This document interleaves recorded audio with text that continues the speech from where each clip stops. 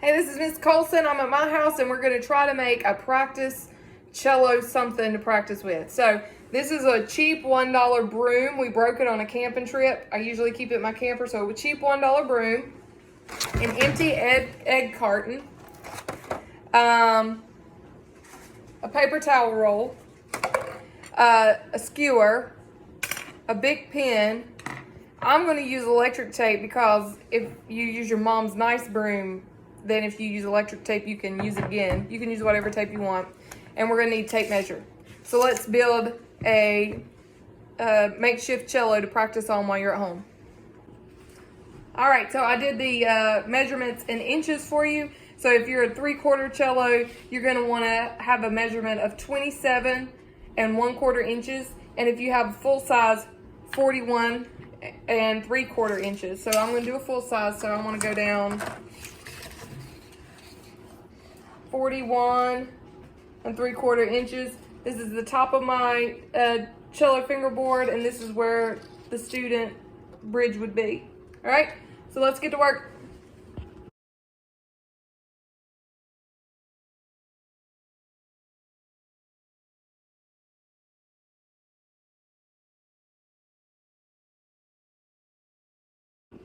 All right, so here's what I've got right now. There is 41 3/4 inches from the top of my broomstick all the way down to this bottom tape.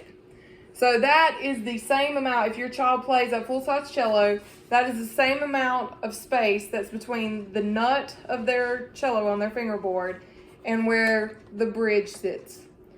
So I'm going to go ahead and make the bow now with this skewer and a big pen. Just so you can see, if you use a skewer with a pointy end, I'm going to put it like right up here on top, and I want this tab on the big pen to be on the bottom.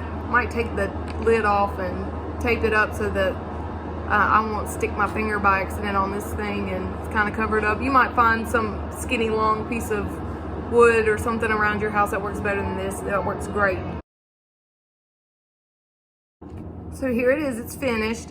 What's really important is that this tab down here is down here because your student will eventually learn that feels a little bit like where the frog, what the frog feels like right there, and then they can practice their bow grip with something that feels a little bit more like an actual cello bow. It's not gonna be nearly as heavy as a cello bow, but it's gonna be good for practice purposes at home, which is what we're after. So now we're gonna go to the fingerboard again, which is my paper towel roller. And we're going to talk about measurements to put fingering tape down. Right now I'm going to measure out where my fingers would go on my cello fingerboard, which is this. If your child plays a 3/4 inch cello, you might want to do maybe 2.5 inches, and what's half of 2 and 1 1/4 inch. This is going to be a full-size cello, so generally in the neighborhood of I want to do 3 inches, 3 inches, 1.5. So I'm going to mark that off going down from this very top.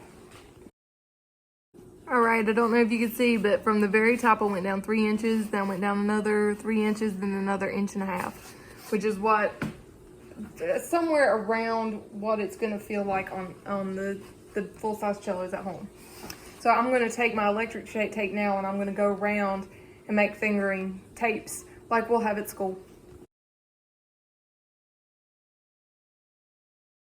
So now I'm done. I tried to make these big tapes, kind of like the marks perfectly centered on these tapes, and I'm done. And I'm going to show you kind of how I would practice, maybe like Mary Had a Little Lamb real quick. So I got my cello set up. As you can see down here, I kind of put it on a little chair so it'd be propped up close to what a kid would have. This is behind the ear, all right? And they just need to get comfortable as close to what it feels like at home. All right, and I'm gonna put my bow between one of these egg crate things.